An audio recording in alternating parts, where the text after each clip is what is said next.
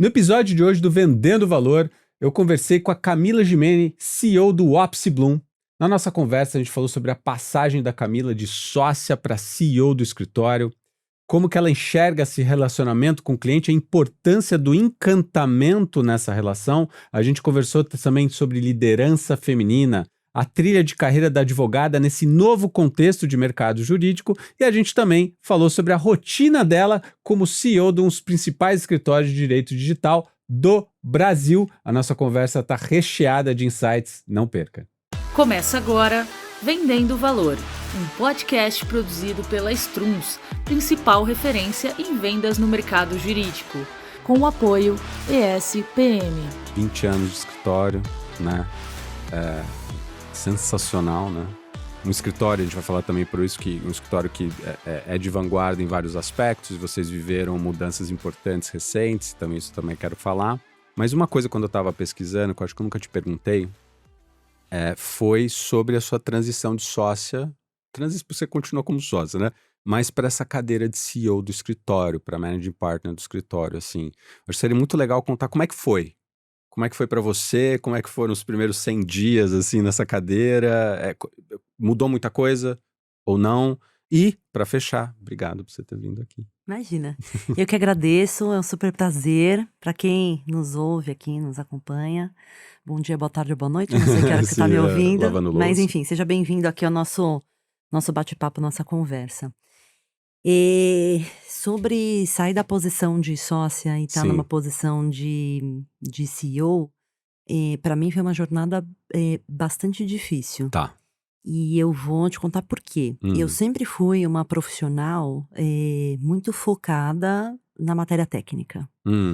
E quando a gente fala em direito digital, que é o escritório Opsi Bloom, o qual eu lidero agora, a matéria técnica tem duas frentes, né? Uma da matéria técnica da legislação a respeito de tecnologia. Então, para materializar aqui, eu estou falando de Marco Civil da Internet, eu estou falando de Lei Geral de Proteção de Dados Pessoais, eu estou falando de medida provisória que fala de certificação digital, eu estou falando de projeto de lei de IA. Então, a matéria técnica jurídica que te demanda muito, porque o tempo todo muda, o tempo todo está em evolução, né? Não é um segmento jurídico em que você domina e é detentor de todo o conhecimento, porque o tempo todo o conhecimento sobre o assunto muda. Perfeito, o assunto é muito dinâmico, é né? muito dinâmico. E de outro lado, a matéria técnica sobre tecnologia, porque para trabalhar com direito digital... Perfeito. É necessário entender de tecnologia, né? Perfeito. Então precisa ser uma pessoa muito curiosa, perguntar muito, ler muito, Sim. Conversar muito com pessoas de tecnologia, né? Ô, Kai, esse envolvimento, desculpa aqui o parênteses, mas você me falando e faz todo sentido, e esse envolvimento com o negócio é mais crucial ainda, né? É isso. Porque você tá mexendo com coisa que não existe ainda, e você às vezes tem que fazer paralelos, né? Porque a legislação, não, me corrija se eu estiver errado, né? A legislação não vai te trazer. Não é à toa que a tagline do nosso escritório é redefinindo os limites do possível. Boa. Porque é sobre isso, o tempo todo encontrar soluções para modelos de negócio, para processos, para ecossistemas, ou que não foram regulados ainda, ou que a gente tem dúvida de como vai ser, Então, o tempo todo é redefinir. Tecnologia que você não conhece também, né? Exato, Sei lá, você nunca viu. E aí, na parte da tecnologia, né, você precisa também ter uma humildade enorme de perguntar. Você conhece a tecnologia? Eu não conheço. O que é? Como funciona? Da onde vem? Né? Então, eu sempre me preocupei muito na minha jornada de 20 anos de escritório, que estou comemorando em novembro de 24. Yes. Em ser uma profissional técnica, conhecer tecnologia e conhecer a legislação a respeito de tecnologia. Sim. E aí, quando eu me vi nessa posição, eu percebi que eu precisava desenvolver outras skills e habilidades, as quais o escritório, e eu tenho muita sorte de ter escolhido esse escritório para trabalhar e também ter sido escolhida, porque o escritório sempre propiciou que a gente transbordasse como advogados. Sim. Né? Então, não é só advogado, é também gestor, não é só advogado, é também professor, não é só advogado, agora é podcaster também. Né? Estamos nessa. E eu naturalmente transbordava, então a gente precisa fazer um plano de carreira. Ok, eu sou a sócia aqui da área, mas vamos ajudar esse projeto, vamos implementar esse projeto, precisamos de uma consultoria para tal coisa, vamos envolver nesse projeto. E o meu desafio foi entender que o meu valor para o negócio não estava mais em corrigir uma petição de embargo de declaração. E é difícil se desprender disso, né? E que o meu lugar no negócio era de gestão, de gerar mais negócios, de potencializar oportunidades, de posicionar o escritório no mercado. E houve um momento que eu achei que era possível fazer todas as coisas, porque eu, como mulher, acredito que é possível fazer absolutamente tudo, né? Mas aí chegou uma hora que eu percebi que não era possível fazer absolutamente tudo, sob o risco de colocar a minha saúde em segundo plano.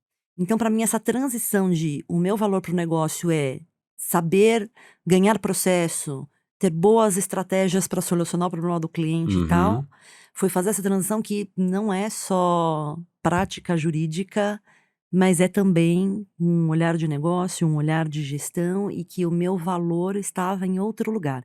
E para mim foi muito difícil, primeiro porque eu sempre tive uma formação técnica. Segundo, porque é do DNA e da cultura do nosso escritório sermos excelentes técnicos, né? Pra gente a excelência técnica do que a gente tá entregando é muito fundamental, é muito da nossa cultura. E terceiro, o mais difícil talvez é porque eu já era uma profissional reconhecida no mercado tecnicamente. E aí, né? Eu fui indicada, fui eleita por 4 anos consecutivos dentre as melhores advogadas do Brasil pela Nora Advocacia Mulher, né? Que é um ranking específico para mulheres dentro do escritório de advocacia especializado. Então eu falei, poxa, eu construí tudo isso aqui nessa frente e agora? Como que eu vou olhar para uma outra coisa? Mas depois de um tempo eu entendi que era necessário, que era importante para o negócio, que era importante para o mercado e que era importante para mim também, porque isso também me fez aprender muito, me fez ter outras percepções, enfim, ampliou os meus horizontes. Mas daí te convidaram e você tava nesse frio na barriga de todas essas questões, mas você aceitou ali. Eu tenho uma característica, um dos meus sócios, quando rolou o convite e tal, quando ele foi me apresentar, né? Ele era o CEO do escritório no momento e foi me passar o bastão para todo o time. Ele falou, a Camila é uma mulher muito corajosa. E aí eu me dei conta disso. Eu fui corajosa mesmo, assim. Em nenhum momento eu tive frio na barriga. Eu falei, vambora, vai dar certo. Aí, vambora, vai dar certo. Vou aprender, não tenho compromisso com o erro, vamos. Então eu não tive o medo de como vai ser, mas eu tive o desafio de entender qual que era esse meu novo papel. E aí quando você fez essa virada de chave, assim, e olhando, pelo que eu vi, 3 anos, pelo que eu vi que você completa. Tô há 3 anos nessa jornada. Nessa cadeira específica, né? E pensando um pouco naquela Camila recém-empossada no cargo, né? O que você diria para ela, tendo passado por esses 3 anos agora, e com certeza a gente sempre tá aprendendo, mas obviamente você tem uma bagagem diferente de quando você assumiu, assim. O que você acha que foram pontos, assim, que você fala, putz, se eu pegar aquela Camila lá do início, eu falaria isso aqui para ela, sabe? Eu acho que, num primeiro lugar, é ouvir mais do que falar. Sensacional. E eu acho que ouvir do time, ouvir o mercado, ouvir a percepção do cliente, porque eu acho que a gente fica muito ensimismado, sabe? Com muitas crenças limitantes. A gente já pensa assim, então a gente vai reproduzindo o que a gente pensa e tal. E se abrir para ouvir, e ouvir empaticamente, né? Não é escutar, não é estar escutando só para poder responder e contrapor. Mas é ouvir para receber, para acolher, para refletir o que faz sentido, o que não faz sentido. E eu acho que foi uma primeira... Um primeiro exercício que eu entendi que era importante fazer e que talvez no começo da minha jornada eu não tenha me atentado muito a isso, e depois eu percebi o quão fundamental era, o quanto o próprio time, o próprio cliente me traziam outros inputs e outros insights para ter outras soluções. Como que você, porque eu acho que é fácil às vezes fácil não, né, mas você acaba às vezes se distanciando do time, porque você não tá, né, tanto ali no dia a dia mais, pelo que eu tô entendendo que foi essa mudança de chave. E como que você cria o espaço para o time te acessar? Olha, eu sempre tento ser, assim, absolutamente acessível. Eu brinco com todo mundo e falo, olha, a minha porta só tá fechada porque o ar-condicionado precisa funcionar, mas me acessem, me procurem. A gente acabou de fazer um movimento interessante, que foi abrir uma unidade nova, né? Agora a gente tem a unidade Berrini, cuja ideia principal era permitir esse tipo de experiência com o time e também com os clientes. Então o cliente entra, ele já tá no meio da operação. Os times estão todos trabalhando juntos, tá todo mundo se vendo, né? Minha sala é de vidro, todo mundo vê onde eu tô. Todas as salas de todos os sócios são de vidro, para todo mundo poder se ver e se conectar. Então, eu sempre tive muita preocupação, assim, de tirar as barreiras. Tá. É óbvio que quando você assume um papel desse, né, e usa um chapéu desse, Sim. naturalmente as pessoas colocam essas barreiras. Né, não vou ali incomodar, né, sei lá, não vou acessar, deve ser um equilíbrio difícil, assim, também pra pessoa se sentir confortável. Porque eu acho que também tem um desafio, que pelo menos eu fui líder, não desse tamanho que nem você, né, nessa caixa parruda que você tá, tive ali a época que eu era sócio de escritório, quando eu era in-house também, e agora eu tô voltando a ter equipe, a empresa tá crescendo e tal. E eu acho que é um equilíbrio que e eu sempre tô aprendendo, acho que eu errei muito lá atrás, até na tua fala puxa, o quanto que eu preciso ouvir e também aceitar que vão ter outros pontos de vista e eu vou precisar lidar com eles e não vão ser todos, eu brinco sempre, minimis, né? A gente não vai ser unanimidade. Não vai ser unanimidade, isso. E ser líder, ser CEO, ser managing partner, você precisa ter muita tranquilidade Sim. de que não vai ser unanimidade. Porque em alguns momentos vai ter Difícil, que né? tomar decisões difíceis mesmo, que vai ser impossível agradar todo mundo. Sim. Infelizmente. Sim. Mas é utópico imaginar que vai ser unanimidade. E quando você aceita e acolhe isso, acho que fica mais fácil Eu ainda tô nesse processar. processo e eu acho que também das pessoas entenderem que uma coisa, vê se você concorda com isso, uma coisa você sempre vai ter o espaço para expressar, mas uma decisão tem que ser tomada. Exato. E muitas vezes a decisão tomada vai ser diferente daquilo que você trouxe, porque eu acho que às vezes também, não sei, tem essa falsa expectativa de, não, mas então eu vou falar e o negócio vai acontecer. Sim. Não, você vai falar, a gente vai discutir e por vezes eu vou discordar. Mas vou agradecer por você ter trazido aquele ponto, né? Então acho que essa é uma dinâmica que eu também tô me reencontrando nela, né? Eu acho que eu ainda que vivi o empresário solo, né? Ali, o ônus e o bônus, né? Aham. De você tomar a decisão que você quiser Não precisa justificar pra ninguém. tanto faz. Eu acho que por mais que hoje, obviamente, e de novo diferente, eu acho que de você, eu ainda sou 100% da empresa é minha, mas você tem um lugar de ter o carinho para você ouvir os inputs, ouvir as diferentes realidades, e eu acho que a gente acaba, às vezes, se fechando um pouco. Sim. E aqui eu acho que a gente tem que pensar não só no time de advogados, Sim. estagiários, mas também precisa pensar no time de sócios, né? Porque o escritório de advocacia tem essa peculiaridade, né? Total. Os seus sócios são seus pares também, né? É diferente de uma empresa. Então, total, que você tem uma também, hierarquia mais bem definida, né? Ouvir a esses sócios também, entender a peculiaridade da área de negócio que cada um está conduzindo, porque cada um está conduzindo uma linha de atendimento, né? Sim. Conseguir integrar, né? Fazer soluções integradas. Isso a gente construiu no escritório. O jeito de ser ópse, né? Que é ser ousado, é ser protagonista, siglas, né? Isso, é ser integrado, é ser centrado no cliente e é ser encantador. Sim. Que é absolutamente o nosso DNA, é o que a gente faz há 28 anos. Sim. Mas a gente resolveu externalizar isso, escrever, divulgar para o time, né? Para fazer parte da cultura. E ser integrado em escritório de advocacia é muito importante, porque quando o cliente chega no escritório, o que ele quer é uma solução para o problema. Perfeito. O que ele quer é uma estratégia para uma boa linha de defesa. O que ele quer é construir um produto novo de forma a respeitar a legislação, tá em conformidade. Mas a gente precisa de olhares multidisciplinares. Sim. E se a gente ficar só nas caixinhas, né? Olha aqui, tem aqui uma solução de contencioso, a gente vai ter um processo e tal, mas não tem um olhar de incidente de segurança da informação, não tem um olhar de proteção de dados, não tem um olhar, sei lá, regulatório bancário, fica uma entrega pequena. Claro. Então, um exercício que a gente faz muito nessa integração é o que a gente chama no escritório de inteligência coletiva, né? Para a solução daquele cliente, nós vamos compor um time com especialistas de diferentes frentes que trabalham de forma integrada para fazer uma entrega que seja completa. O cliente não quer saber se é o time A, o B ou C, né? Para ele pouco importa, o que ele quer é a solução. Total. Então, o exercício de integração, então, e essa integração também entre sócios, entre áreas, né? É um exercício interessante nos escritórios de advocacia. Eu sempre brinco, eu falo, o cliente não quer contratar o contencioso. É isso. Ele ou ela quer resolver um problema, e aí a depender desse problema. E aí você tem muito o processo de fragmentação, que acontece em vários campos, né? Acontece no direito, mas acontece na medicina também. por um lado, a especialização é importante, porque ela Sem te dúvida. traz um olhar mais granular ali sobre as dores, as necessidades, mas por outro, a fragmentação, ela também, por vezes, te traz uma miopia, porque É isso. é aquela brincadeira pro martelo tudo vira prego, né? Então você acaba olhando muito por um prisma sem considerar o outro. Mas pegando esse gancho tem até outros termos que os americanos usam bastante, que é institucionalização, né?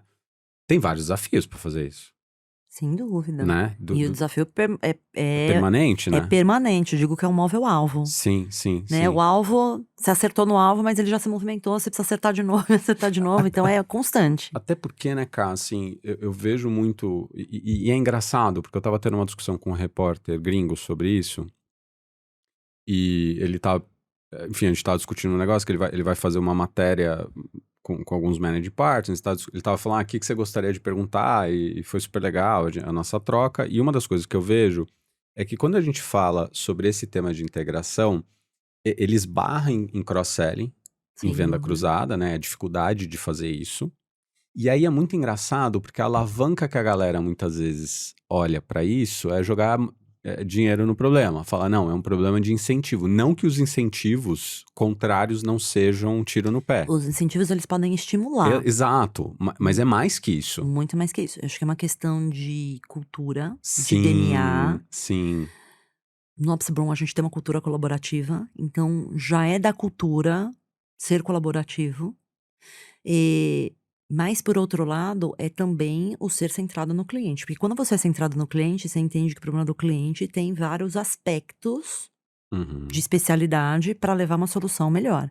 uhum. Se você só pensa no gatilho financeiro, o que você está privilegiando, o que você está mirando, é o resultado financeiro no bolso de cada advogada que trabalhou naquilo. E você não cria um ecossistema colaborativo. Então, quando você muda esse foco, essa é uma parte. O problema é complexo e não tem uma única solução, Não, né? eu adoro esse tema. Mas eu acho que faz parte, sim, do jogo alguma recompensa financeira a respeito disso.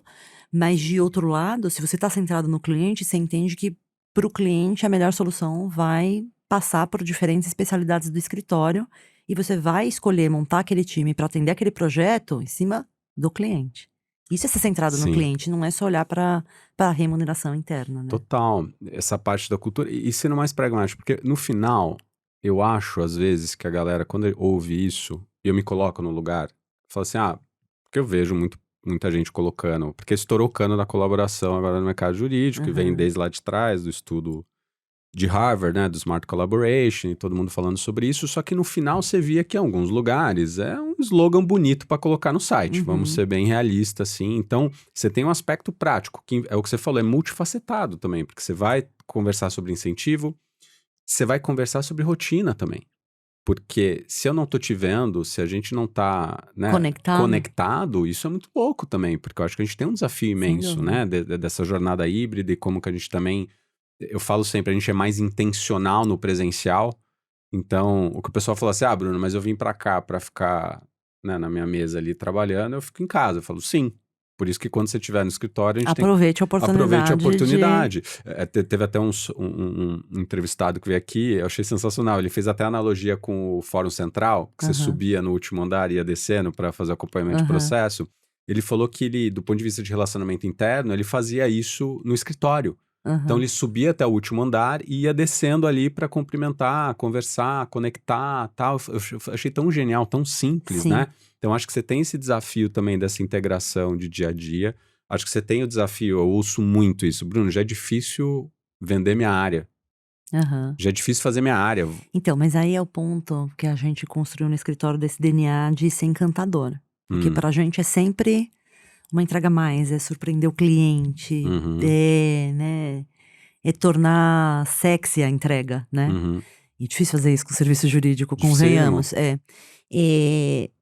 Mas eu também percebo que quando as pessoas, os profissionais, percebem valor nisso, tipo, nossa, a gente fez um atendimento muito melhor, porque a gente conseguiu mostrar para o cliente uma visão holística da questão, porque tinha vários especialistas na mesa. Nossa, o cliente ficou muito encantado pelo nível de sofisticação desse atendimento. As pessoas começam a entender que isso também é bom para elas, né? Total. Participei de um projeto que a gente fez uma entrega excepcional, que o cliente saiu do escritório absolutamente encantado. E isso só é possível se você tiver toda essa estrutura, né? E eu acho que voltamos ao ponto, também um ponto importante dessa discussão. E no final do dia, todo mundo ganha. Sem dúvida. Sendo ultra criterioso. Porque o que pode parecer, às vezes, uma conversa mais fluffy, né? O cara fala, não, tá falando de encantamento, tá falando de colaboração. Não. Pensa só. Quanto mais você conseguir trazer essa visão um pouquinho mais ampla dos problemas do cliente, mais você consegue conectar efetivamente com a visão do sucesso dele ou dela. Sim. E como diz o Fred Reichel, né, que é um dos criadores do NPS, né, do Net Promoter Score, ele fala, quanto mais os seus clientes têm sucesso, mais sucesso você tem por contrapartida. É sobre isso. Né? E eu acho que essa é uma alavanca, porque eu acho que o mercado tradicional como é o nosso, e é muito louco isso, porque num dos workshops de experiência do cliente que a gente faz, eu divido um episódio do Chef's Table, que eu acho que restaurante, hospitalidade, tem tudo a ver, né? A gente fala sempre sobre isso também, né? Com vocês. E eu sempre fico muito atento a esses paralelos. E às vezes a galera não consegue fazer esses paralelos e fala, não, é diferente. Sempre o mercado jurídico é diferente. E óbvio que tem particularidades, não só do ponto de vista regulatório, mas de ecossistema, tudo. Mas tem coisas que não são tão diferentes porque você está lidando com gente.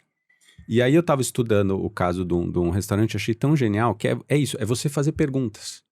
Então, o chefe começou a falar assim, cara, mas por que a gente usa o prato nessa dimensão? Por que o prato precisa ter essa dimensão? Aí você fala, cara, mas ninguém perguntou isso. Por que o prato precisa ter essa dimensão? Ah, porque vem de fábrica, o fornecedor e tal. Ele falou, não, vamos produzir os nossos próprios pratos, porque a depender de como eu tô colocando o prato, né, eu vou empratar diferente, a depender do negócio. Aí ele virou, e foi tão genial isso que ele falou , cara, por que você vai no restaurante? Você fica parando assim, ué, vou no restaurante pra comer. Não. Ainda mais hoje em dia. Sim, que você pode pedir a mesma comida daquele restaurante em casa. Então você vai no restaurante para ter uma experiência que vai desde antes de você entrar pela porta do restaurante, como você está sendo atendida, né? O Disney falava isso, né? Todo momento trágico sobrecarrega o próximo ponto de contato. Então toda vez que eu sou maltratado na entrada do restaurante ou maltratada, isso vai sobrecarregar o próximo ponto de contato. Sem dúvida. E eu acho que no final do dia, como a gente tem um cliente hoje que tá cada vez mais especializado. Mais capacitado. Capacitado, né? Então a gente vê... E outra, vocês que lidam com outros stakeholders, pô, pra você conversar com a head lá de tecnologia da empresa tal, é uma conversa, assim, que você tem que estar ultra preparado. Sem dúvida. Lógico, humilde pra falar, puxa, isso aqui eu realmente nunca vi, não ouvi falar. Mas você também, e vem sendo uma tônica em todas as conversas aqui no Vendendo Valor, que é departamentos jurídicos cada vez melhores, muito bons. Muito preparados. Muito preparados. Isso é uma mudança radical no mercado jurídico, tá? No meu início de carreira, basicamente o que existiam eram executivos e executivas jurídicas que terceirizavam o trabalho para escritórios de advocacia. Perfeito. E hoje o core da inteligência jurídica está dentro das empresas. Sim. Então, quando se consulta um escritório, se consome o serviço de um escritório, já se quer algo que parte de outro lugar da régua. Casa, né? É isso, a régua já está num outro patamar. E eu também acho que tem uma experiência, assim, somos todos seres humanos. Sim. E estamos todos consumindo serviços digitais. Total. Todo mundo consome Uber, Waze, Netflix, Amazon, né? Todo mundo quer comprar com clique. Perfeito. Aquela questão pouco sobre com quem que você está isso. concorrendo no final do dia, né? E assim, a percepção é...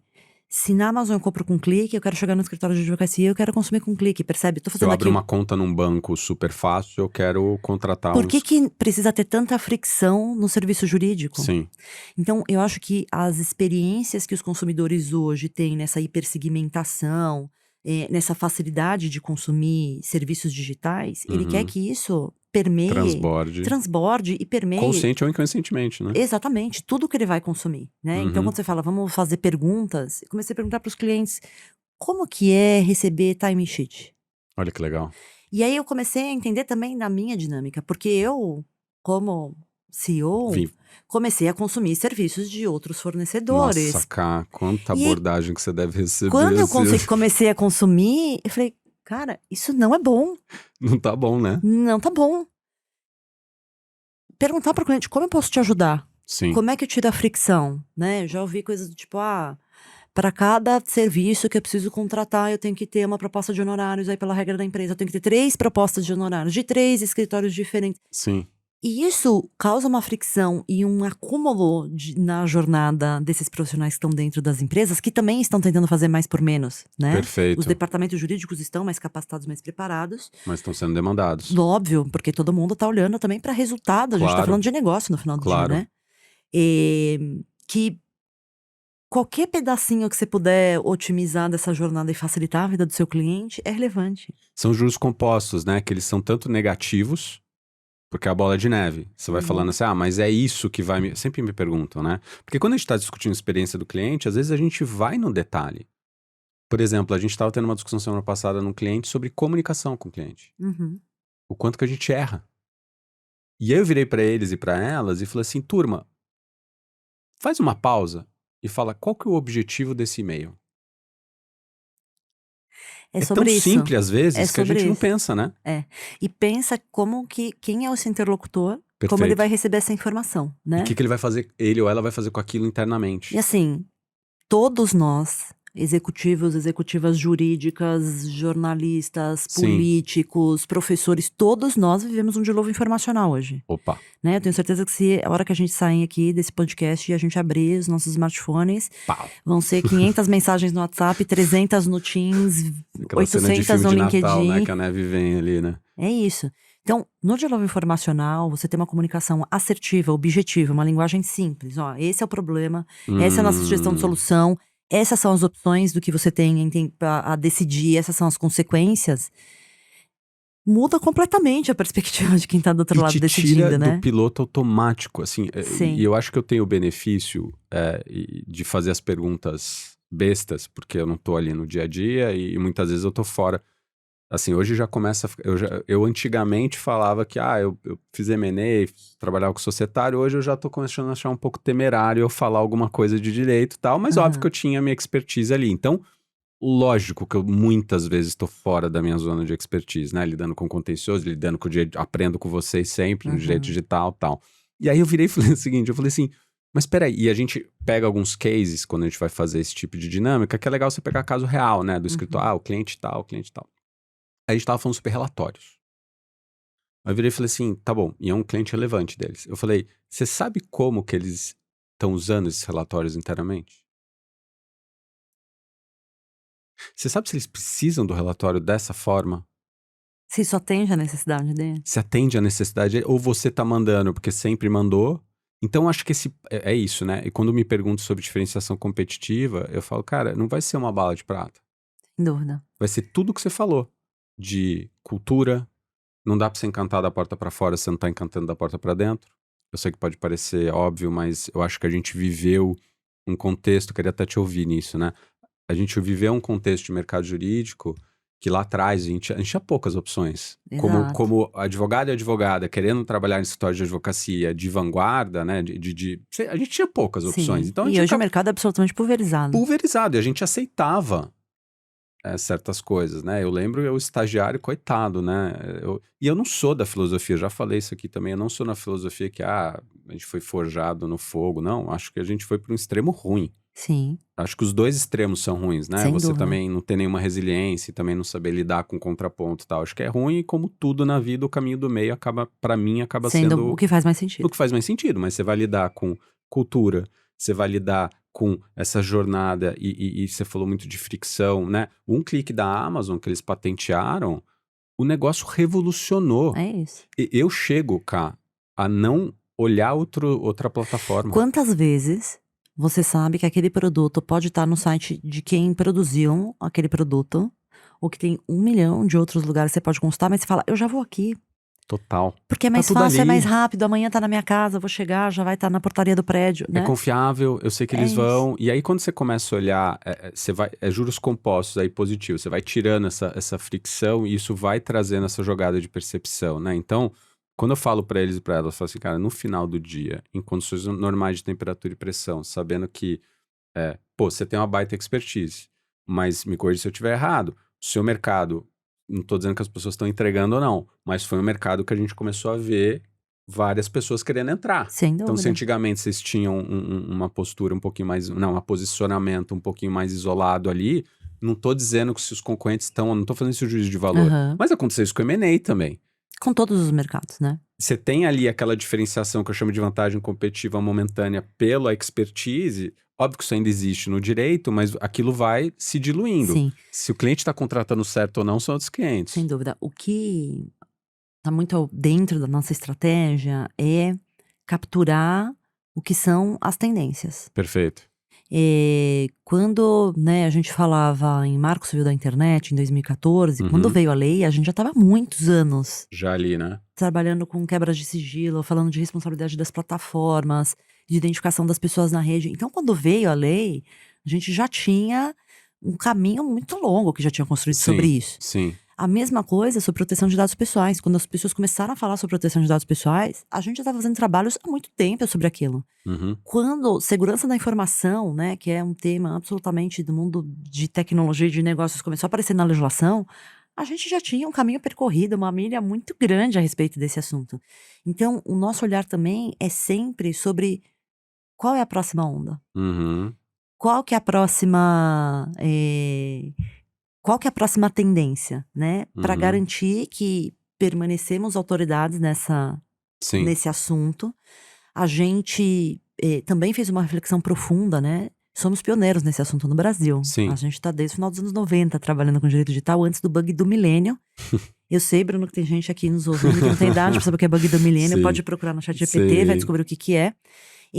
Mas é importante não ficar só olhando no retrovisor, né? Total. Foi pioneiro lá, mas continua sendo, né? Continua sendo protagonista nesse mercado. Mas é difícil também, né, Cá? Porque ao mesmo tempo você tem uma zona de conforto que vem, né? Sempre funcionou e o negócio... Eu tenho sucesso fazendo isso aqui. Mas para quem trabalha com tecnologia, não tem como, não né? existe zona de conforto. Não tem como, né? Até porque... E eu acho que é muito legal essa interação com diferentes stakeholders. Eu acho que te traz até uma humildade mesmo, de você falar assim, cara... E você também entender essas dinâmicas internas dentro do cliente, né? Porque você tem todo um ecossistema lá dentro que se você não souber navegar, e eu venho batendo, você sabe disso, muito nessa tecla, eu acho que a gente fica muito distante. A gente não quer meter a mão ali.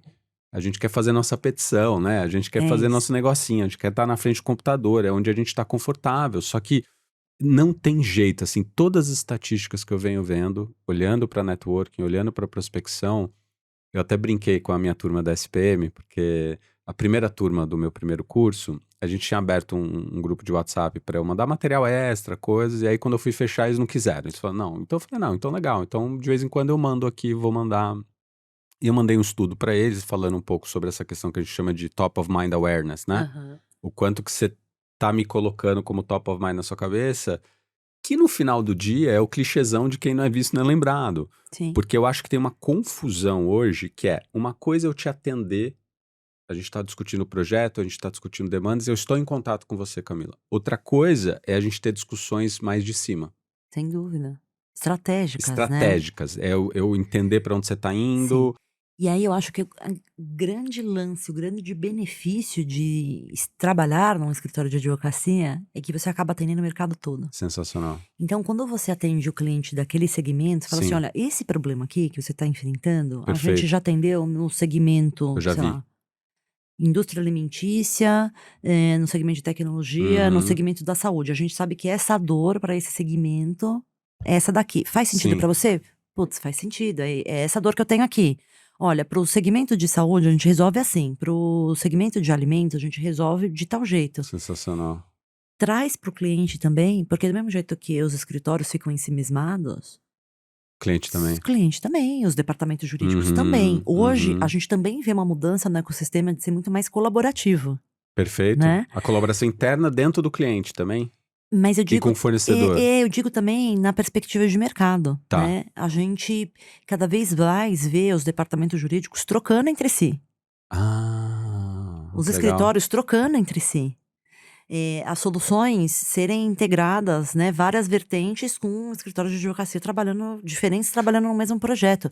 Então, nessa perspectiva, quando você traz para o cliente o que é o problema dele frente ao que está rolando no mercado, Isso também é um valor enorme. é um valor uma enorme. curadoria também, de certa isso. forma, né? De você saber direcionar, porque o Seth Godin tem uma frase que ele fala que a gente tá bebendo daquelas mangueiras de incêndio, sabe?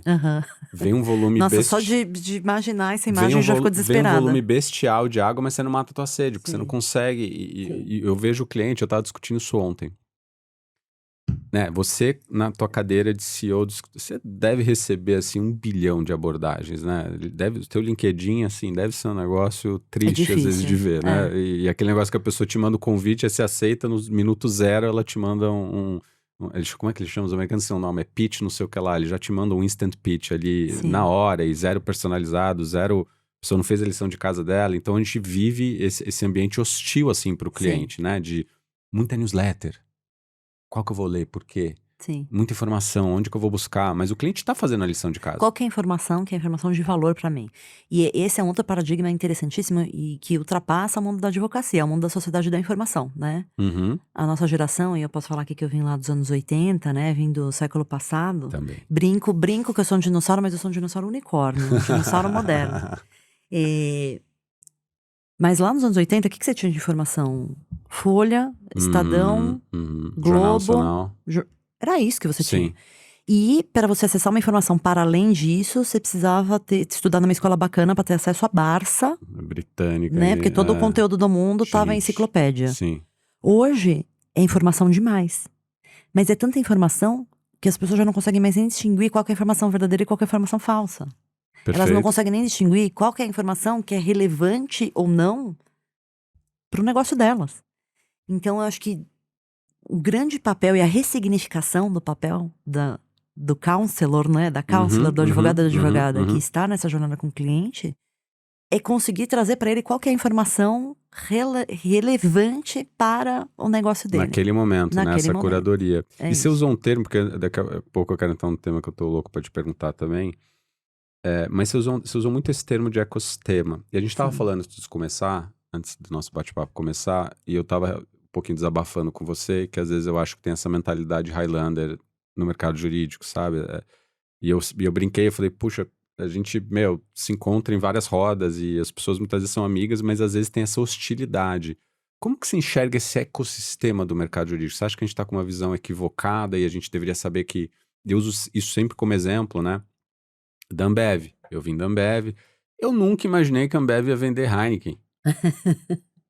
Né? Era algo inimaginável, né? Eu amo a companhia, assim, enfim, tenho pessoas queridas que ainda estão lá e todo o nosso grupo, eu brinco que o RH acertou muito no meu grupo da minha geração, não que não tenha acertado agora, mas a gente, pessoas queridas que até hoje eu convivo, mas brincadeiras à parte, a gente brincava, o pessoal ia na tua casa, abria a geladeira para ver que você tinha cerveja da concorrência, né? Então, hoje no Zé Delivery, a Ambev tá vendendo Heineken. Sim. E eu vi o Jean, que foi meu chefe já na Ambev, falando sobre isso. Falando, cara, a gente percebeu que a gente depende do ecossistema. Qual que é a tua visão, assim, disso, né? Do que tá acontecendo, porventura, em outros setores e o mercado jurídico, às vezes, ainda não tá um late adopter, assim. Como é que você enxerga? Eu penso que o mercado jurídico está sendo disruptado, como vários mercados. Penso que alguns players já entenderam isso e já começam a se movimentar. Alguns players não entenderam isso ainda e vão ficar pelo caminho. Mas eu acho que ecossistema fortalece o mercado. Sensacional. E que quando a gente sai da perspectiva só o meu negócio, o meu escritório, e a gente amplia em horizontes, né? Entende que a gente está falando de um mercado. Se a gente não trabalhar colaborativamente, dificilmente a gente vai sobreviver a essa disrupção. Então eu acho que esse mindset colaborativo, né? Nunca se viu tantos podcasts de tantos advogados falando sobre tantos assuntos. Nunca se falou tanto sobre gestão de escritório de advocacia, né? Sim. No passado, os escritórios não se falavam. Guardava ali, né? É uma ciência de foguete, né? Fazemos uma coisa tão diferenciada que não podemos falar a respeito. Sim. Óbvio que tem uma parte da jornada que, né? É segredo de negócio e tal, óbvio. Claro, e isso você não vai tudo bem. compartilhar. Mas eu acho que tem uma parte da jornada que ela precisa ser compartilhada para a gente conseguir enfrentar essa disrupção em mares mais calmos. E que o mercado suba o sarrafo, né? É isso. Coletivamente. Eu acho que isso é um negócio interessante também. E o que você falou, né? A gente tava conversando. Para mim, essa questão de cultura e execução, ela é fundamental.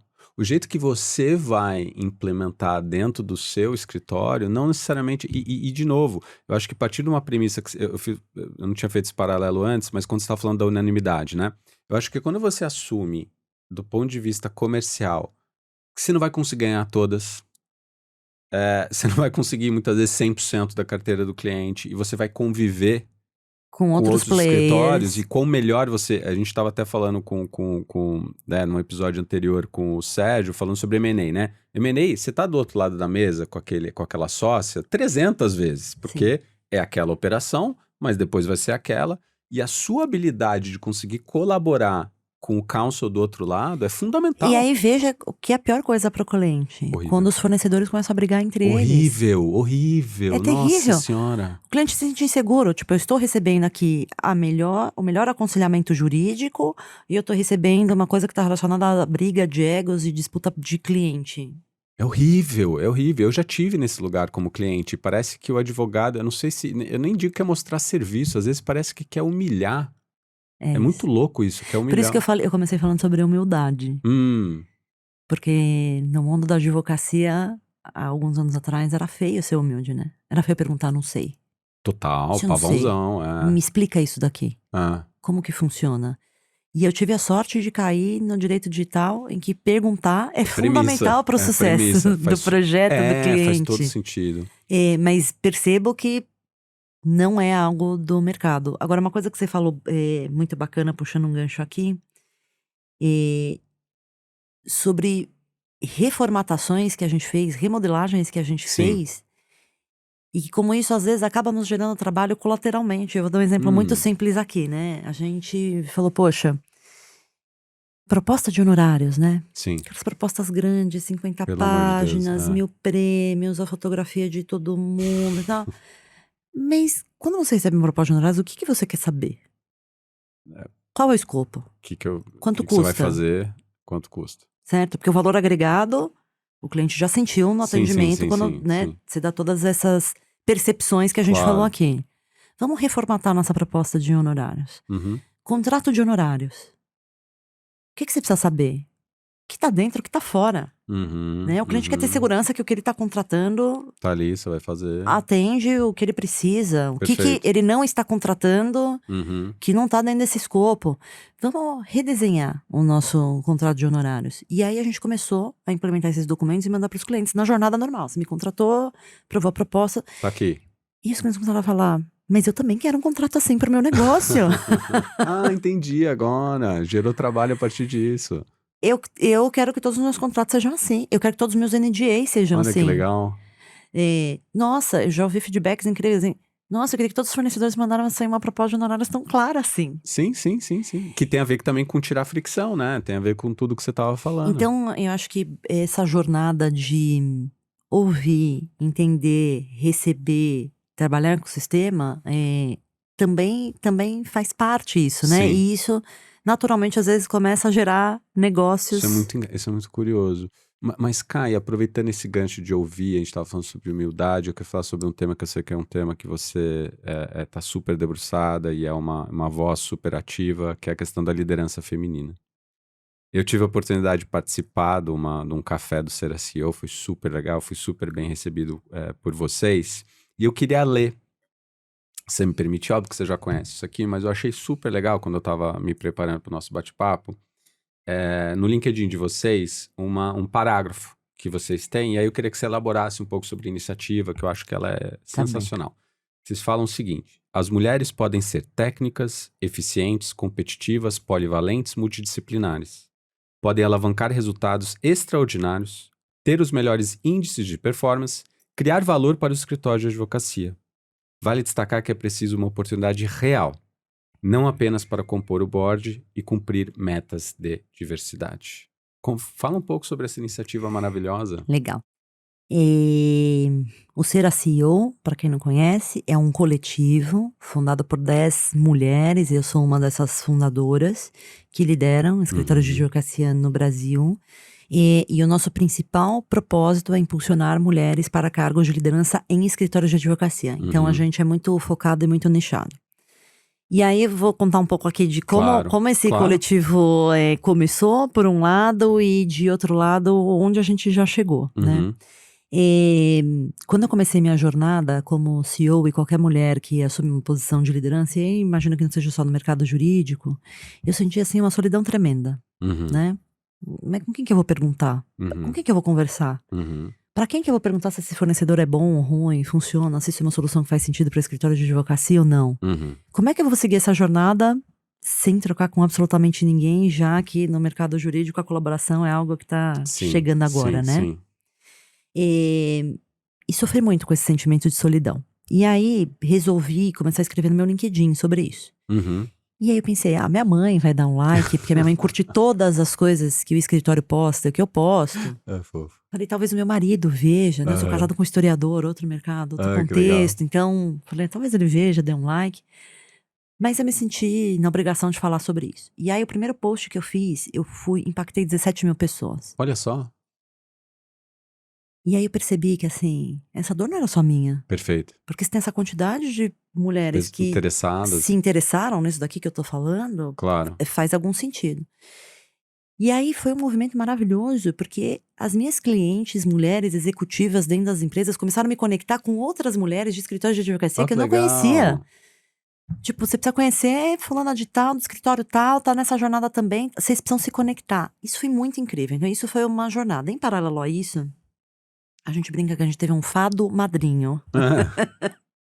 Que você conhece, um famoso consultor aí do mercado jurídico, que atendia a vários escritórios. Alguns desses escritórios liderados por mulheres. E aí um dia ele me falou assim, Camila, eu vi teu lance do que você postou lá, eu tô ouvindo outras mulheres no mercado, percebo que, o que você passa aqui, várias outras passam, todos esses desafios, dificuldades. Porque o desafio é primeiro você se empoderar e se apropriar da posição que você tá, né? Pra depois você chegar nesse modelo. E ele falou, eu vou mandar um e-mail para algumas dessas mulheres e veja o que vocês façam com isso, vocês vão querer se conhecer e tal. E aí no primeiro encontro, a gente já, assim, absolutamente se conectou e entendeu que a gente precisava de um espaço para ser uma rede de apoio, que pudesse ser um lugar seguro para a gente falar sobre essas coisas, mas que, sobretudo, a gente precisava se capacitar e capacitar outras mulheres para participarem desse jogo, número 1. E número 2, que a gente precisava mudar o tabuleiro do jogo. Porque o tabuleiro do jogo, como ele é posto hoje, ele foi formatado, desenhado, projetado por homens e para homens, né? Desde o ar-condicionado, que às vezes a mulher não consegue trabalhar naquele lugar porque ela sente mais frio, né? Até coisas mais elaboradas. Então a gente ficou assim 1 ano entre nós, conversando, se encontrando, trocando ideias, se apoiando e tal. E aí chegou uma hora que a gente falou, não pode ser só nós. Isso precisa ser de outras pessoas, de outras mulheres. Isso precisa ser colocado para o mercado. A gente lançou em outubro do ano passado esse coletivo, essas 10 mulheres, fizemos um evento, convidamos mulheres do mercado para irem lá nos conhecer. E hoje a gente já tem 450 mulheres nesse coletivo, né? E a gente faz um exercício, você mencionou o Café com a CEO, que foi uma super gentileza, foi o primeiro que a gente fez. Você foi a primeira pessoa que eu liguei para pedir para participar do projeto. Fiquei muito honrado mesmo. E imediatamente você topou, foi muito, muito, muito bacana. A gente tem várias iniciativas, o Café com a CEO é uma dessas iniciativas em que a gente se encontra uma vez por mês, os escritórios de advocacia se tornam anfitriões desses encontros, as sócias desses escritórios se tornam as anfitriões desses encontros e a gente recebe uma pessoa para nos capacitar sobre um determinado tema, né? Você nos capacitou sobre como vender valor para o mercado jurídico. Recebemos várias outras pessoas incríveis para falar sobre isso. A gente começa agora também a rodar projetos de mentoria, né? Estamos fazendo aqui o primeiro. Essa eu não sabia. O primeiro piloto, a primeira turma ainda provavelmente acontece esse ano. A gente também quer ser rede de negócios, né? De uma mulher indicar a outra, né? Veja o ecossistema colaborativo. O meu escritório é um escritório de digital, o Opsiblon trabalha com digital. Os outros temas, posso indicar para uma mulher que faz parte dessa rede, né? Que faz parte desse canal, nesse ambiente que a gente criou. Então, é um projeto pro qual eu tenho muito carinho, muito orgulho de participar como uma das cofundadoras e, sobretudo, a gente quer capacitar essas mulheres para impulsioná-las para que elas estejam nessas posições. E aqui eu só vou fazer um um paralelo, por que escritório de advocacia precisava disso, né? Boa. Dentro das grandes empresas, né, as que estão listadas em bolsa, elas já têm várias obrigações a respeito de diversidade, né? Inclusive apresentar seus resultados, divulgar seus números. O mercado já fala, né, da prática, ou pratique ou explique. Então, se você não pratica, você precisa explicar por que você não pratica. Divulgação de remuneração, por que tem gap de remuneração entre homens e mulheres e tal. Departamentos, as mulheres já são a maioria no Brasil nas universidades de direito. Elas são a maioria nos quadros da OAB. Já bateu mais de 50% de mulheres na OAB no Brasil. Elas são, dentro dos departamentos jurídicos das empresas, hoje já é absolutamente igualitário, é quase praticamente metade de diretores e legal VPs jurídicos, homens e mulheres.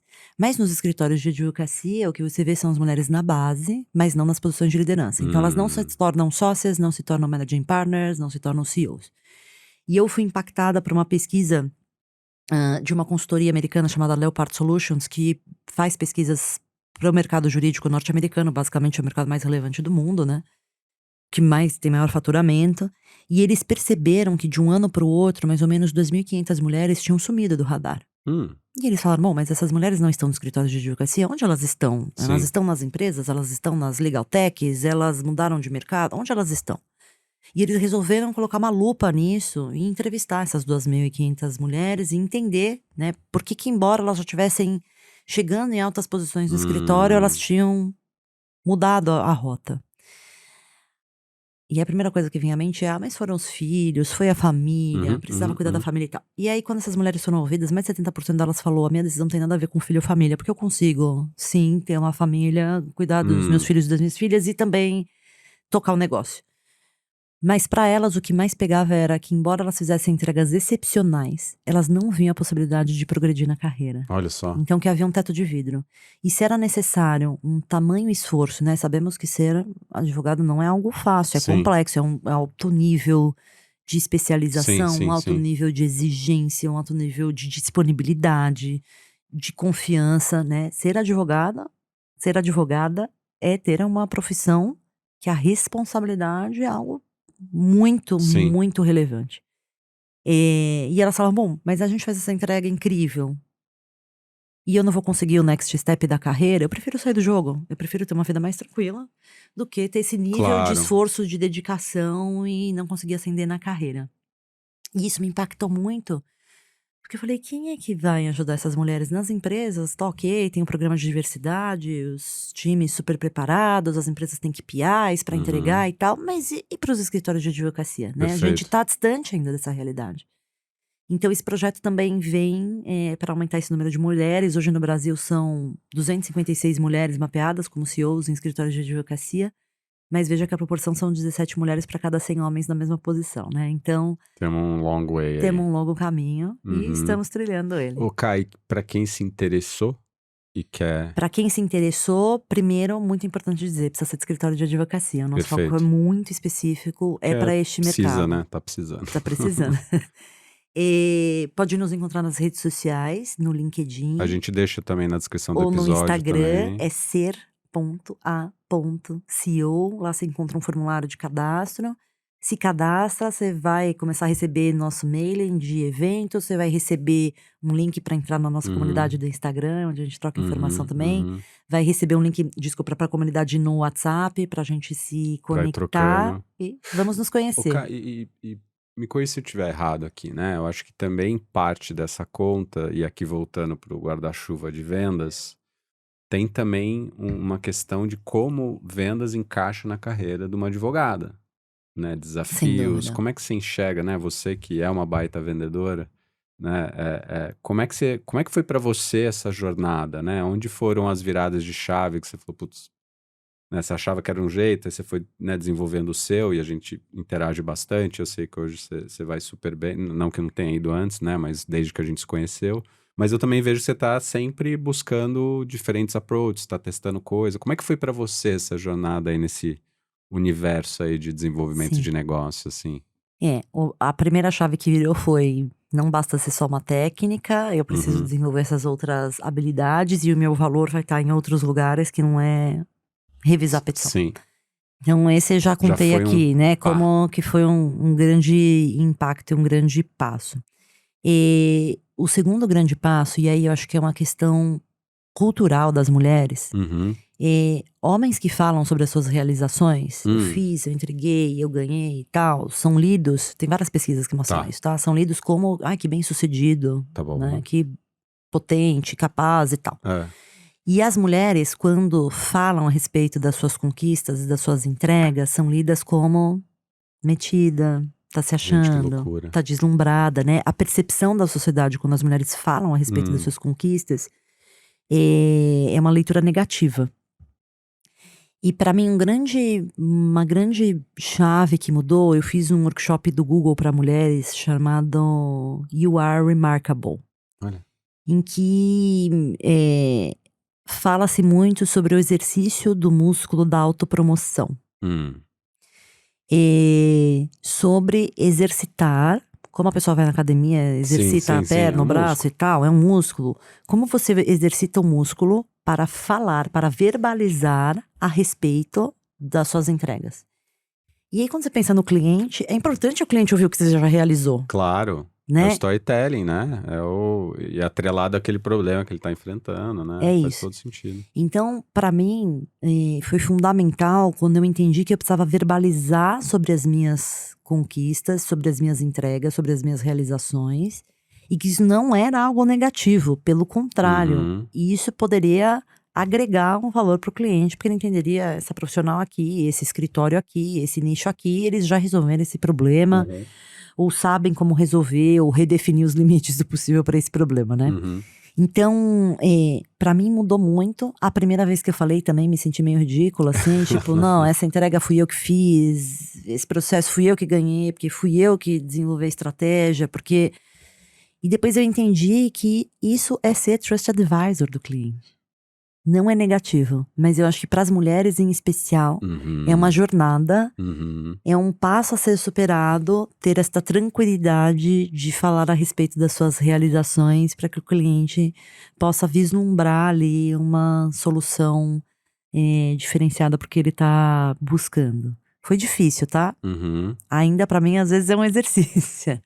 Mas continuo fazendo porque eu acho que faz diferença, sim. E você nessa jornada, assim, porque o que eu venho falando bastante é que eu acho que, e aí é tudo que a gente faz aqui do nosso lado, essa caixa de ferramentas, quando a gente apresenta a caixa de ferramentas, o toolkit, isso também vai criando possibilidades. Sem dúvida. Porque eu venho batendo muito forte nessa tecla, dentro aqui do Vendendo Valor, mas também fora, que essa caixa de ferramentas, ela mostra que há diferentes caminhos. E eu acho que quando a gente fica muito numa dimensão só, ou atrela aquela figura da Rainmaker a um perfil muito específico, isso limita também a pessoa não se enxergar naquilo. Ela fala, cara, eu não sou aquilo, né? Como é que eu vou fazer? E eu acho que isso acaba a pessoa nem tentando. E hoje, né, querendo ou não, e eu queria até tocar nesse tema com você, a gente tá caminhando por um lugar que a trilha da carreira, que a pessoa não se envolve com o desenvolvimento de negócio, ela vai ser desse tamanico, porque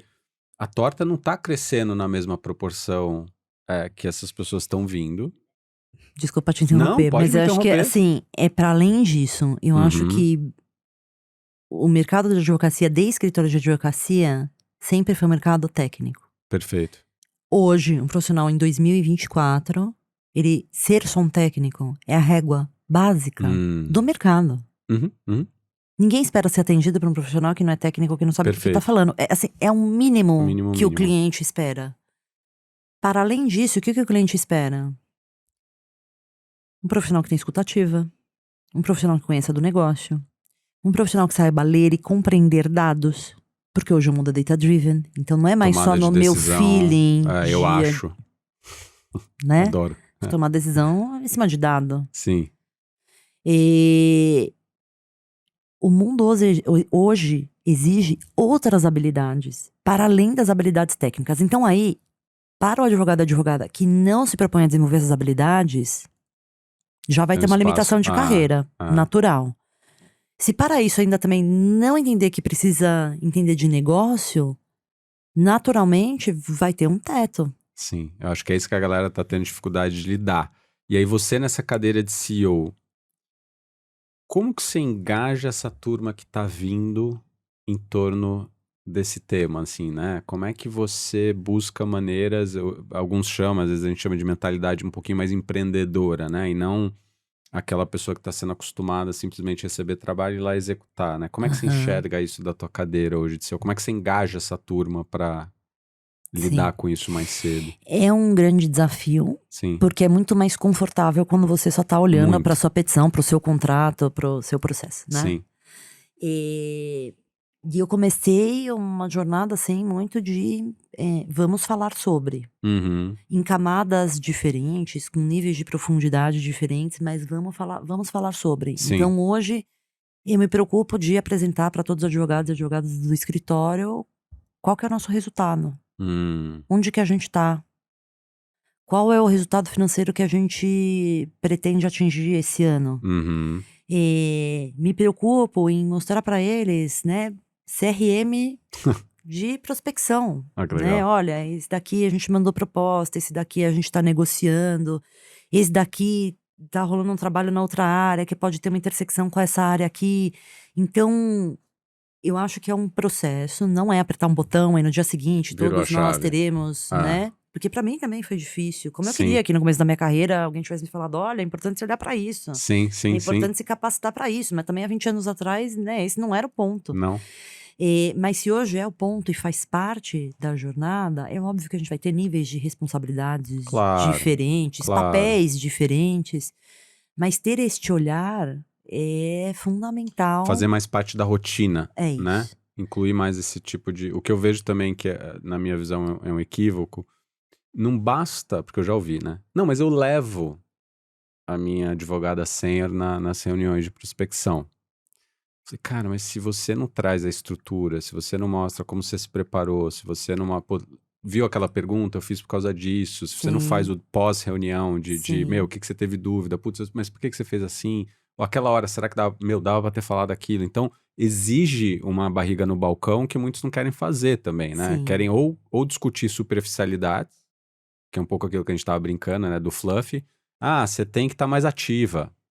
Você tem que estar mais engajada com a tua rede. Tá bom, mas que isso significa no final do dia, Uhum. né? O que que eu vou pegar esse bloco de coisa e eu vou fazer o quê? Então, eu acho que de novo, o jeito que você faz pode não ser o jeito que a tua senior vai Isso desenvolver para ela. e isso pra mim também foi fundamental, de descobrir que cada um tem o Hum, seu próprio jeito de fazer. Não há uma forma não, certa. Não é uma fórmula matemática que se não. fizer A, B ou C, o resultado não, você também precisa se sentir confortável em fazer Sim. isso, né. O que eu venho falando é da espinha dorsal, da fundação. Eu falo que o meu papel é trazer. Porque é muito louco, porque é ciência, por um lado, então você tem muitos americanos estudam isso há muito tempo. Quando você olha para a venda consultiva, tem muita ciência por Sem trás, dúvida, mas são relações humanas também. é Então, isso. e aí tem a questão do perfil. Então eu falo: olha, você tem que ter uma fundação. Pô, o que que é a fundação? O que que é a espinha dorsal, na minha opinião? Você tem que se preparar. Tudo que você estava falando. Você tem que se preparar para ir naquela reunião, você tem que ter uma visão clara de segmentação e priorização. Tu é cliente que você não deveria ou ir na reunião, não é perfil, não encaixa, o contexto não está valendo a pena. Você precisa saber fazer boas perguntas, porque não adianta só falar que você tem que ouvir mais, mas você tem que Sim, saber, pô, como é que eu faço boas perguntas? Para onde eu estou direcionando aquela conversa? Para onde está a entrega de valor? Como que eu entendo a dor aqui desse cliente e efetivamente consigo fazer uma engenharia reversa para trazer para as minhas soluções que encaixam? Isso sim. tudo tem habilidades e técnicas. Agora, não tem uma só. Pode ter várias. Podem ter Mas várias. sobretudo você precisa se sentir confortável na sua pele Sempre. fazendo isso. Eu concordo 200%. Eu só acho que, pelo menos a minha experiência sim, mas até lá, você tem um leve desconforto. Ah, sim. Sim, e é da jornada. É da É jornada. da Você fala assim, cara, jornada. você não vai se sentir tão confortável a primeira vez que você perguntar mais e tal, tal, tal. Mas aí você vai achando. Porque eu acho que também, às vezes, quando a gente vai para esse papo, eu falo, meu, você tem que achar o seu jeito. A pessoa vai lá e testa uma vez e fala assim, Bruno, achei horrível. Eu falei, calma, confia no processo, porque você está num processo de descoberta. Eu acho que Sim, quando você vira a chave que venda é menos sobre você e mais sobre o cliente, que é aquilo que a gente estava falando de ser centrado no cliente, e aí você começa a ver o que que isso realmente significa no final do dia. Quando você tira a pressão, que eu preciso cada interação com você te vender alguma coisa, isso começa a ressignificar, porque eles e elas, quando vão para a rua e começam a interagir com isso, eles vão com uma falsa premissa, que eu brinco que é cada enxadada uma minhoca. Falou, cara, não. Pelo contrário, você vai mais ouvir não Sem do que dúvida. sim. E se você começa a se estruturar bem, você vai ver que é um jogo de tempo também. Sem É um jogo dúvida. de volume, você tem que fazer mais, com direção, mas é um jogo de tempo também. Sem Com dúvida. certeza você teve clientes que você demorou tempão pra você... Anos. Anos, eu também. Anos de Demorou jornada. anos pra converter e tal. E às vezes você começa assim. Eu lembro até das nossas reuniões iniciais, assim. Você, já na hora, eu falei, meu, a cara é uma fera, assim. Ela ali. Você no começo você era mais cética, assim. Você veio fazendo perguntas super. Eu falei, meu, ela tá, meu. E é legal, porque eu falo isso muito, pessoal. Eu falo, meu, quando o cliente tá interagindo com a tua ideia, é um baita sinal. Sem dúvida. Se a pessoa entrou muda e saiu calada, e o que ela tá fazendo no final do dia, ela tá mitigando risco. Se ela tá colocando muita objeção, é porque ela quer entender como é que ela vai viabilizar a sua contratação. Exato. E assim, e quando você entende isso e fala, cara, faz parte do processo, acho que quando a gente começou a conversar, eu não tava com nenhum anseio que tinha que ser naquele momento. Falei, a gente tá se conhecendo agora. O Simon Sinek, ele brinca, né? Ele fala, cara, você não vai pedir a pessoa em casamento no primeiro encontro, entendeu? Não que não possa acontecer também, mas enfim, mas eu acho que quando você tira essa pressão, e a galera ainda torce um pouco o nariz pra tudo isso, mas eu falo assim, cara, é boa notícia, porque você na cadeira de CEO, que a gente tá até caminhando aqui pro final, você na cadeira de CEO, você falou, puxa, começaram a vender pra mim. E você tá vendo o show de horror que tá. Muito Concorda ou não? difícil. Concordo. Difícil. Ou Concordo. seja, não é só o mercado jurídico. Você pega mercados que vivem o DNA. Eu posso te dar um exemplo, né? Escritórios de advocacia cada vez mais vão consumir tecnologia. Perfeito. Vai estar na primeira linha de orçamento, pessoas e tecnologia é o Sim. que vai ser o core dos escritórios de advocacia. Conversei com fornecedores que não sabiam me explicar o que a tecnologia deles me propiciava de benefício para o negócio, entende? Tipo, você vem aqui me vender, mas você não consegue me explicar o que exatamente. É doido, né?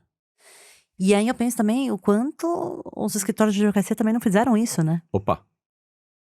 Não, assim... E quanto é preciso um olhar para dentro, um deixar de ser ensimesmado, um buscar ferramentas, buscar técnicas para entender que precisa mudar o jogo. Cara, eu trabalhei no escritório americano em desenvolvimento de negócio. E o onboarding, ele já envolvia você ser treinado no método do escritório. Eu já manjava de vendas pra caramba, já treinava há muito tempo, já tinha minha consultoria. Foi a fase que eu fiquei 1 ano lá nesse escritório. Mas você já ganha um banho de loja de do business, como aquele escritório se prepara para uma reunião. Assim, não é discutido o si. Sim. Aquilo já faz parte do DNA. Aí falam pra mim, não, é uma questão regulatória. Porque, eu falo, gente, o escritório que eu trabalhei, ele não fazia nada que não poderia ser feito aqui. Absolutamente nada. Nada. A gente estava falando sobre se preparar para uma reunião, a gente estava falando sobre entender solução, produto, entender nicho, entender segmentação. Eu diria que a gente precisa entender o espírito do tempo em que a gente tá. Yes. E as empresas que se conectam com o espírito do tempo, elas têm faturamento maior. Nessa perspectiva, a gente também, como a Psiblum, fez nossa jornada. Uma das coisas que a gente olhou, por exemplo, foi o nosso rebranding. Foi um baita rebranding. Um baita rebranding. Por quê? Principal escritório de direito digital do país, protagonizando o tema, e a gente tinha uma marca de um escritório de advocacia construído lá tantos anos atrás, né? A qual não condizia com a nossa reputação e não tinha mais a cara do que a gente tem hoje. Não ornava. Como diria minha avó, não ornava, né? É o espírito do tempo. Sim. E a gente passou por todo um processo, né? Foi também uma super experiência, todo um processo de entender que, por exemplo, a cor da nossa marca deveria ser uma cor para ser vista em telas. Olha só. Né? O que você desenvolvia antes em papelaria, hoje não faz mais sentido. Que papel você entrega para o cliente? Nem para o judiciário a gente entrega mais papel. Sim. Né? É tudo digital, então faria sentido a gente ter uma cor que fosse uma cor digital, para ter uma experiência diferente em telas. Então, se conectar com o espírito do tempo é importante. Então, quando a gente fala sobre liderança feminina, quando a gente fala sobre linguagem simples, a gente fala sobre escuta ativa, é o sinal dos tempos, entende? E quem não tá conectado com isso, E essa jornada, né? Eu acho que até pra gente caminhando aqui pro final, eu acho que também você ter o carinho que essa jornada do cliente começa antes. Sim. Da gente estar frente a frente A com gente ele ou com acabou, ela. a gente acabou, por exemplo, de reformular nosso site. Sim. Então, pode ser ele fazendo uma interação com a gente numa rede social, pode ser ele vendo no site de escritório, consultando outras coisas. E isso faz parte da experiência, isso faz parte Você da vai formando uma jornada. percepção, É isso. né? Querendo ou não, você vai formando uma percepção. Então, quando o pessoal tava falando sobre isso ontem, né? Quando o pessoal torce o nariz para o inbound, para o marketing de conteúdo, eu falo, cara, eu não acho necessariamente que eu vá vender por causa do meu post. Mas isso reforça a minha reputação de Isso autoridade no assunto. E aí você vai E também no meu caso, interagindo. desculpa, e Não, no caso do imagina. nosso escritório que tá focado em tecnologia, né, as tendências, quando a gente começa a falar sobre as tendências, sobre governança de IA, Uhum. sobre os processos que envolvem IA, quando a gente tá olhando pra tendência, é uma forma de consolidar a reputação, né. E você vai tendo, eu brinco, um diálogo à distância também. Então, ontem eu estava nesse escritório que uma das sócias, ela comprou meu livro lá atrás, me adicionou no LinkedIn, começou a consumir meu conteúdo, e aí ela me indicou para fazer o retreat do escritório. Ela estava contando como. Eu falei, cara, e para mim é um pouco disso. Eu estou começando um diálogo com você à distância. E você está começando a formar uma percepção. Você pode gostar ou você pode não gostar. E eu sei que faz parte. Ontem a gente estava discutindo até um conceito de audiência mínima viável. Que, cara, você não vai. Do mesmo jeito que eu não sou unanimidade como executivo, você não é como executiva, eu também não vou agradar todo mundo no meu conteúdo. E eu não preciso no final do dia. É um foco num conteúdo que eu acho que vai gerar valor. Eu sempre brinco, eu abriria isso aqui. É isso. Ou eu tô só enchendo linguiça aqui, fazendo negócio. E aí você sabendo que nem todo mundo vai engajar e faz parte, mas quem engajar vai ser um nível de engajamento bacana. Muito maior. Muito maior, muito mais fiel, tanto que, né, enfim, não tô falando aqui que eu sou perfeito, mas a nossa taxa de abertura da nossa news gira entre 30% e 40%. Eu sempre abro, eu tô nesse número. Obrigado. Não, obrigado. E assim, eu acho que nesse mundo que... Você pega o marketing de conteúdo, falando de tecnologia, eu escrevo tudo da news. Eu uso o IA para corrigir gramática. Eu falo, cara, será que eu perdi porque você não pode ter erro gramatical? Eu acho feio demais. Ainda mais pro público que eu tô escrevendo, Sim. né? Agora, eu acho que esse é um diferencial, porque eu acho que quando você vê que, pô, foi investido, né? Investi horas naquilo, investi tutano naquilo, eu tô pensando em como que aquilo vai gerar valor, eu tô trazendo novidade, eu tô trazendo coisa que eu não trago em lugar algum. Esse é o diferencial competitivo do conteúdo, porque hoje o que vai acontecer, infelizmente, daqui pra frente, o que a gente vai ver é aquele conteúdo muito parecido, Sem dúvida. né? Muito, você fala, cara... Mas sem vida, né? Sem vida. É sem vida, é sem sem vida. personalidade, é sem o DNA do negócio. E aí eu acho que esse é o problema. A galera quer, nessa pressa de automação, vai se perdendo essa visão. Que são os e-mails de cold call que eu recebo Pelo amor de padronizados, Deus. os quais acho que Não, todos nós ignoramos. É horrível. solenemente. E puxando o gancho pra gente, aí sim, Tá. senão a gente fica aqui horas e horas e horas, mas puxando o gancho que eu sei que tua agenda é apertada, puxando esse gancho que você falou, pô, eu recebo vários e-mails. Umas coisas que eu acho bacana, e muitas vezes quem tá de fora não tem acesso a você, deve imaginar, e eu fiquei me imaginando também, nessa cadeira de CEO, o que é tua rotina? É só bucha vindo A de gente tá tudo com tempo nesse podcast? É só bucha vindo de tudo quanto é lado, assim, o que seria, assim, lógico que a gente sabe que cada dia é um dia, mas assim, se você fosse descrever mais ou menos em blocos, assim, como é que rola a tua rotina, assim, como Tá. nessa cadeira? Quantas pessoas vocês estão, cara? 160 pessoas. Bastante, olha só. É. Que legal. Eu comecei a trabalhar no escritório, né? Quando eu cheguei no escritório, nós éramos em 7 pessoas. Então, acompanhei toda a pelo amor de transformação e Deus. crescimento do negócio. E a grande sacada foi que a especialidade do escritório antes era demandada por um nicho específico, Uhum. né? Então, eram grandes empresas que tinham um budget específico para essas questões digitais e tal. E hoje, digital, todo mundo precisa, qualquer empresa, qualquer tamanho, Sim. qualquer porte, né? Ampliou muito, né? A gente saiu de um mercado super nichado e foi para um mercado que 100% Que até das você companhias questionar, né, precisam o no Brasil. E você questionar, desculpa, só você falando me veio em mente, né, que você tava falando, empresa de tecnologia, mas hoje... Muito mais do que isso, né? E hoje, assim, quem é uma empresa de tecnologia? No final, né, Todo mundo. você vai falar, cara, a maioria, né, você pensa no iFood, cara, também né, de certa forma, mas legal, Sim. mas desculpa te interromper. Imagina. Então, assim, parte da minha rotina envolve esse olhar de business development, de Uhum. negociação, de cliente. eu não deixei de advogar, então parte da minha rotina ainda é atender clientes, olhar processos, fazer audiências e tal, né? Mais nessa camada de Trust Advisor, empoderando o time Sim. para se desenvolver, para que também possam fazer entregas eficientes, para que não seja, isso é uma boa entrega quando o sócio está na mesa, isso não pode acontecer em escritório de advocacia, Gente, isso por é uma favor, crença né? limitante para os escritórios de advocacia, né? E Porque vende isso como diferencial, né? exatamente, porque os sócios são seres humanos, né? Em algum momento eles podem estar indisponíveis, pode estar Não, vão internado, tá. pode ter Covid, pode estar de férias Vão e tá. a boa entrega precisa ser do escritório, Perfeito. independente do profissional que esteja nessa jornada. E isso faz parte da cultura também. Não pode Sim. ser uma pessoa que é a bandeira da cultura, né? É, e assim, eu tenho essa discussão muito, né? Óbvio que se você tem um negócio mega estratégico, há uma expectativa do cliente que haja um envolvimento de um time mais sênior, ou ele quer ver que você. Sim, Lógico, as coisas não são conflitantes, né? Você não, dizer sem isso não dúvida. significa que você. Eu vejo muito esse binarismo, assim, eu falo, gente, calma. Porque o pessoal, quando eu toco nesse tema, não, Bruno, mas você tem que entender. Eu falei, não, não. A gente não tá dizendo coisas opostas. As duas coisas podem coexistir. Sem Você pode estar dúvida. presente num negócio mais estratégico que realmente demanda envolvimento, Nas decisões sem mais desmerecer difíceis, seu é time, isso. né? Só que você tem que empoderar seu time. O cliente precisa enxergar que é a entrega do escritório, só que se você diminui seu time aos olhos dele ou dela, falando que o seu maior diferencial competitivo é a sua presença, e você não vai estar presente 100% do Porque é tempo, impossível. o cliente vai ficar com gosto amargo na boca, Sim, né? é Quando isso. não tivesse, e vai querer te acessar 24 É por isso. 7. Então, parte da minha jornada ainda e eu tenho paixão por isso, em atender o cliente. Acho que a gente nunca pode se desconectar disso. E parte da minha jornada é também com o meu grupo de sócios, né, nessa gestão do Uhum. escritório, no olhar de estratégia, olhar de mudanças que a gente precisa fazer, né? Então, vai abrir uma nova unidade, como que vai ser? Vamos fazer Uhum. um rebranding, quem que é o fornecedor, o que que acho do mercado e tal.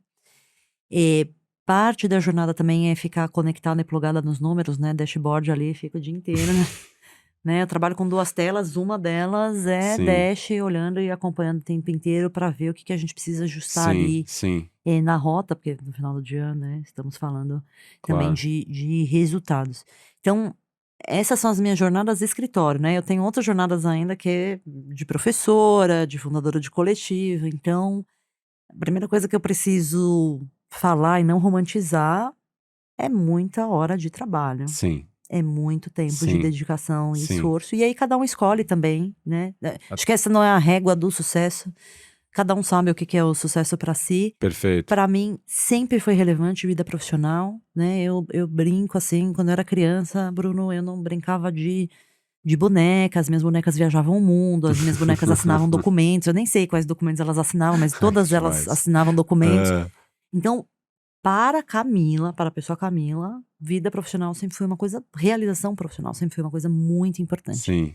Então são horas e horas e horas de trabalho, mas eu acho que passa por isso, tá? Passa por cliente, passa por negócio, passa por, time administrativo, passa por o tempo todo pensar o que que precisa reestruturar, o que que precisa azeitar, o que que ainda não tá voando em voo de Uhum, cruzeiro, olhar para as uhum. pessoas, eu acho que algo que não se falava no mercado da advocacia e que hoje se fala, felizmente, graças a essa nova geração, é sobre saúde mental, Claro, né, é claro. sobre como as pessoas, estão enfrentando esses desafios, como as pessoas são recebidas pelos escritórios, então, são várias É, várias não, assuntos, vários pratos rodando ao rodando ao mesmo mesmo tempo. tempo, né, É tipo, eu isso. brinco que nem chefe de cozinha, né, você tem várias bocas ali rolando, uma tá em diferentes, né, estados ali. E pensando aqui pra gente encerrar numa mensagem final, assim, olhando muito para essa advogada, né, pensando assim no pessoal que está nos escutando, que pode estar em diferentes fases da carreira, você vai ter a pessoa que é recém-formada, você vai ter ali que está na meiuca da carreira, a pessoa que está bicando ali a sociedade, a pessoa que virou sócia agora, né, viraram a chave para ela. Que mensagem final, assim, pensando em tudo que a gente conversou, você acha que é uma mensagem bacana para deixar pro pessoal? Nossa, que difícil isso, hein? Mensagem de US$ 1 milhão. Ah, o que vier. Eh, não se perca de quem você é realmente. Hum, Eu acho que quando você trai as coisas que você acredita, quando você trai quem você é, quando você quer parecer uma coisa que você não é, uhum, quando você fica tentando se esforçar para encaixar num espaço que não faz sentido. Você às vezes é maior do que aquele espaço, ou menor, e precisa ficar mais parruda para ocupar aquele espaço. Eu acho que quando você trai a sua essência, a chance de você se perder é enorme. E desconecta, né? E é louco quando você começa a descobrir. E é engraçado, assim, porque eu pensando, traçando um paralelo, eu desde pequeno eu gosto de frase. E o gosto pela leitura veio tarde, assim. Veio quando eu tava já no final da adolescência, eu não gostava de ler, assim. Mas hoje, você já teve comigo o suficiente pra saber o quanto que eu amo frase, né, tal, não sei o que lá. E eu fico olhando essas coisinhas em mim, que de certa forma, e não foi engenharia, mas elas foram construindo pra eu estar aqui hoje. Eu falo, cara, olha que louco, aquilo lá. Então, assim, né, minha carreira foi zero planejada, mas de certa forma eu vejo que esses lugares onde eu fui autêntico, né? Então, isso aqui que eu usava pro direito, eu uso agora em vendas. Quando eu fui trabalhar em vendas na Ambev, eu falei, cara, eu não tenho 20 anos de vendas que nem esses caras. Esses caras falam uma outra língua. Só que qual era o meu maior diferencial? Eu escrevo bem. Não falando coitado do povo de venda, mas advogado escreve muito bem. Então eu falei, eu sei me comunicar bem, eu sei falar bem. Então esse vai ser meu lugar. Então acho que assim, primeiro é não se trair. Respeite quem você é. Óbvio que todo mundo tem um aprendizado. Todo mundo tem uma jornada. Tudo a gente tem espaço de melhoria, de desenvolvimento. Mas tem pilares fundamentais que você não pode trair, né? E acho que isso é uma parte do processo. E a outra parte, eu acho que além de respeitar quem você é e se respeitar, assim, acima de tudo. E acho que a segunda parte que eu falaria aqui e aqui eu vou falar em especial para as mulheres, tá? Às vezes o que você acha que é a sua fraqueza é a sua fortaleza. Saiba ler e saiba entender o que é fortaleza e não minimize isso. Eu vi um estudo muito interessante da Business Harvard Review falando sobre mulheres em conselhos, né? Até como era difícil eles acessarem e terem opiniões, porque as reuniões de conselho são todas fechadas, são confidenciais e tal. E ali me virou uma chave enorme, porque o estudo falava o seguinte: as mulheres, quando elas estão nessas mesas de decisão, elas estão muito preparadas para isso. Muito preparadas, porque elas não estão no clubinho delas, dos amigos, porque não foi fácil chegar ali. Então elas estão preparadas para fazer as perguntas difíceis, elas estão preparadas porque elas se capacitaram antes para estar ali, porque elas leram um relatório, porque elas fizeram todas as perguntas. Então quando elas estão na mesa, elas elevam a entrega. E eu passei muito por isso porque eu achava que eu precisava estar muito preparada porque eu era mais fraca. Então eu precisava me capacitar muito para conseguir achar que eu estava na altura dos outros homens que estavam à mesa. E depois eu descobri que estar muito preparada é muito bom para o meu cliente. Animal. Que se sente seguro. E que isso não era fraqueza, isso era fortaleza. E isso eu só me dei conta quando eu vi. Você ressignificou esse lugar que era uma fortaleza tua e vinha como se fosse, não, porque eu não sou tão boa, por isso que eu preciso. E não, pô, a preparação vai me dar um diferencial. Eu não entro numa reunião com um cliente que eu não esteja absolutamente preparada sobre o que está acontecendo, sobre o que aconteceu no caso, sobre o caminho que a gente vai seguir, sobre a estratégia, sobre qual que é o risco. E isso faz total diferença. Leia isso como uma fortaleza, não como uma fraqueza. Sensacional. Querida, super obrigado pela sua vinda. Amei, viu? Muito obrigado. Obrigada, foi um prazer enorme estar aqui com vocês. Desejo muito sucesso para esse podcast. Vai ser um golaço para o mercado jurídico. Yes, brigadão. Obrigada. Gostou do conteúdo? Não deixa de conferir a nossa newsletter quinzenal Strums 3x1. Nela a gente compartilha 3 insights, informações, estudos, artigos voltados para esse mundo das vendas no mercado jurídico. A gente fala sobre prospecção, negociação, experiência do cliente. Basta acessar o nosso site struns.com.br e lá em cima você já vai achar o link para você se inscrever na news. Espero contar com você por lá também. Você ouviu Vendendo Valor, um podcast da Struns com apoio da ESPM.